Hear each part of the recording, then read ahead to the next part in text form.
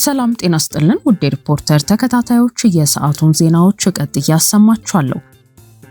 ሀገራዊ የምክክር ጉባኤ ከምርጫ በኋላ እንደሚሆን ተረጋገጠ። የትግራይ ክልል ምላሽ ካልሰጠ አዲስ አበባ በተካሄደው የአጀንዳ ማሰባሰብና የተሳታፊ ልየታ ሂደቱ ይቀጥላል ተብሏል። ለሁለተኛ ጊዜ የስራ ጊዜው የተራዘመለት የኢትዮጵያ ሀገራዊ ምክክር ኮሚሽን ዋናውን የምክክር ጉባኤ ሰባተኛው ጠቅላላ ምርጫ እንደተጠናቀቀ የበጀት ዓመቱ ከማለቁ በፊት ለመጀመር እየተዘጋጀ መሆኑን አስታውቋል። የህዝብ ተወካዮች ምክር ቤት በየካቲት መጀመሪያ የኮሚሽኑን የስራ ጊዜ ለተጨማሪ 8 ወራት ማራዘሙ የሚታወስ ሲሆን ለሁለተኛ ጊዜ የተራዘመው የስራ ጊዜ ለመጠናቀቅ ጥቂት ወራት የቀሩት ኮሚሽኑ ዋናውን የምክክር ጉባኤ ምርጫው እንደተጠናቀቀ የበጀት ዓመቱ ከማለቁ በፊት ለማስጀመር እየሰራ መሆኑን ዋና ኮሚሽነር ፕሮፌሰር መስፍን አርአያ ለሪፖርተር ገልጸዋል።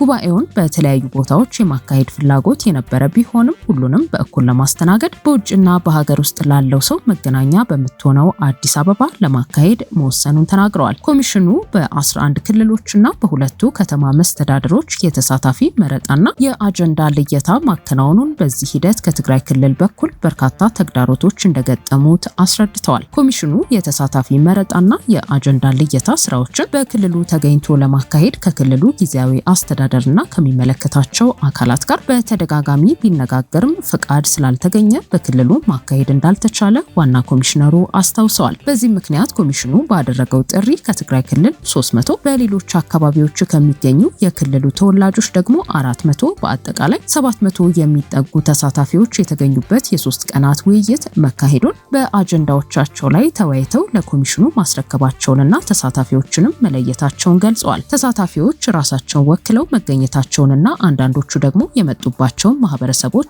የወከሉ መሆናቸውን ገልጸው አሁንም ሁኔታዎች ከተመቻቹ በትግራይ ክልል የሚገኙ የ93 ወረዳዎችና የሌሎች አካባቢዎች ነዋሪዎች እንዲገኙ የሚያስችል ሁኔታ ከተፈጠረ አሁንም እንዳልረፈደ ጠቁመዋል። በአዲስ አበባ ከተካሄደው መድረክ በኋላ ከክልሉ ጊዜያዊ አስተዳደር ጋር እንዳልተገናኙም ገልጸዋል።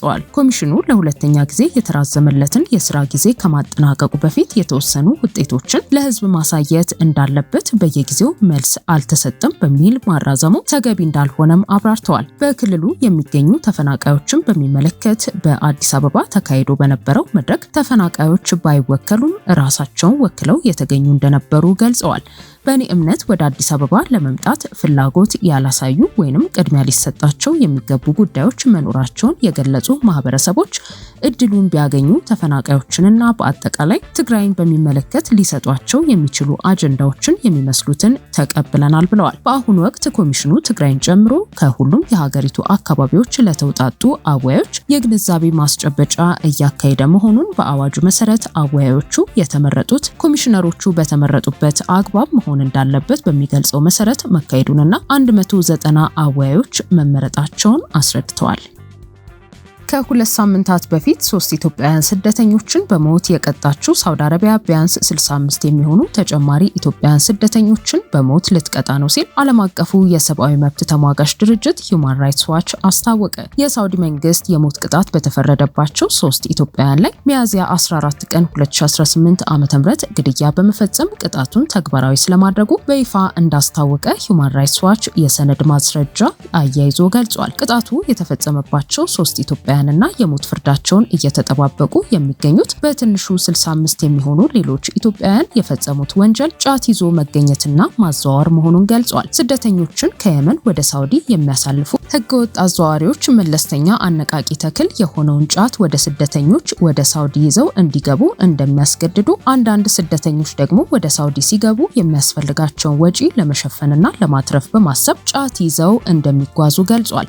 ይህ ቢሆንም አብዛኞቹ ኢትዮጵያውያን ስደተኞች ጫት በሀገራቸው እንደ ባህል የሚዘወተርና የህግ ክልከላ የሌለበት መሆኑን እንጂ በሳውዲ አረቢያ እንደ ሐሺሽ ተቆጥሮ በህግ የሚያስቀጣ ስለመሆኑ ግንዛቤ የላቸውም ብሏል። በመሆኑም የኢትዮጵያ የውጭ ጉዳይ ሚኒስቴርና በሳውዲ አረቢያ የሚገኘው የኢትዮጵያ ኤምባሲ በጉዳዩ ላይ በአስቸኳይ ጣልቃ በመግባትና ከሳውዲ አረቢያ አቻዎቻቸው ጋር በመነጋገር ቢያንስ ዜጎቻቸው አፋጣኝ የቆንስላ እርዳታ የሚያገኙበትን ሁኔታ እንዲያመቻቹ ጥሪ አቅርበዋል። ጉዳዩ የሚያሳስባቸው የዓለም መንግስታትም ያላቸውን ተጽዕኖ በመጠቀም ሳውዲ አረቢያ የሞት ቅጣትን ሙሉ በሙሉ እንድታስወግድ አሊያም ቢያንስ ከአደንዛዥ እጽ ጋር በተያያዙ ወንጀሎች የሞት ቅጣት ፍርድ እንዳይፈጸም ጫና እንዲያደርጉ ጠይቋል። የኢትዮጵያ አደጋ ስጋት ስራ አመራር ኮሚሽን በአዋጅ ከማህበረሰቡ እንዲሰበስብ የተፈቀደለት የአደጋ ስጋት ስራ አመራር ፈንድ ተግባራዊ ማድረግ በጀመረ በአንድ ወር ጊዜ ውስጥ ብቻ 1.7 ቢሊዮን ብር ሰበሰበ።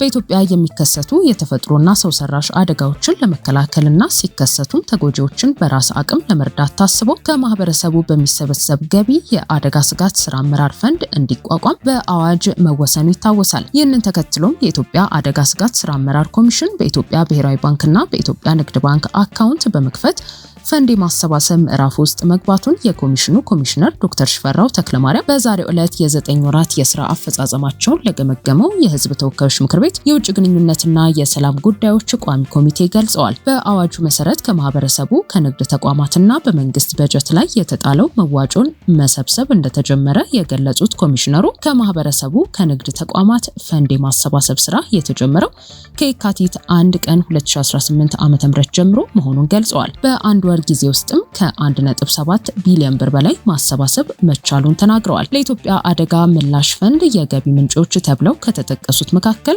ከቴሌኮሙኒኬሽን አገልግሎት የሚሰጡ ድርጅቶች ለድምጽና ዳታ አየር ሰዓት ዋጋ 5%፣ ከባንኮች አነስተኛና ጥቃቅን የፋይናንስ ተቋማት ከሚሰጡት የብድር መጠን 1%፣ ከዲጂታል ባንኪንግ አገልግሎት ተጠቃሚዎች ከሚከፍሉት የአገልግሎት ክፍያ 5%፣ ከኢንሹራንስ ኩባንያዎች በሚሰበስቡት የፕሪሚየም አገልግሎት 1%፣ እንዲሁም ከሀገር ውስጥ የአየር በረራ ትኬት በአንድ በረራ ትኬት 100 ብር ይሰበሰባል። በተጨማሪም ከፓስፖርትና ቪዛ አገልግሎት ክፍያ በእያንዳንዱ 200 ብር፣ ከሰነዶች ምዝገባና ማረጋገጫ አገልግሎት 5%፣ በማንኛውም ንግድ ፍቃድ ማውጣትና ማደስ አገልግሎት 200 ብር፣ ነዳጅ አቅራቢ ድርጅቶችን በሚያቀርቡት ሽያጭ ላይ በአንድ ሌሊት 1 ብር፣ ከኬሚካል አምራች ድርጅቶችና አስመጪዎች ሽያጭ ላይ 100 ብር፣ ከባህር ትራንስፖርትና ሎጂስቲክስ አገልግሎት ከሚሰጠው አገልግሎት 5%፣ ከሎተሪ ትኬት ሽያጭና የእድል አሸናፊዎች 100 ብርና ከሌሎች ምንጮች እንደሚሰበሰብ በአዋጁ ያስገድዳል። ኮሚሽነሩ የሚሰበሰበውን ፈንድ እንዲያስተዳድር ቦርድ መቋቋሙን ጠቁመው ወጪ አጠቃቀምን በተመለከተም ፈንዱ እንዴት ጥቅም ላይ ይውላል የሚለው የአሰራር ስርዓት መዘርጋቱንም አስረድተዋል። ውድ ሪፖርተር ተከታታዮች የሰዓቱ ዜናዎቻችን እነዚህ ነበሩ። ስላደመጣችሁን ከልብ እናመሰግናለን።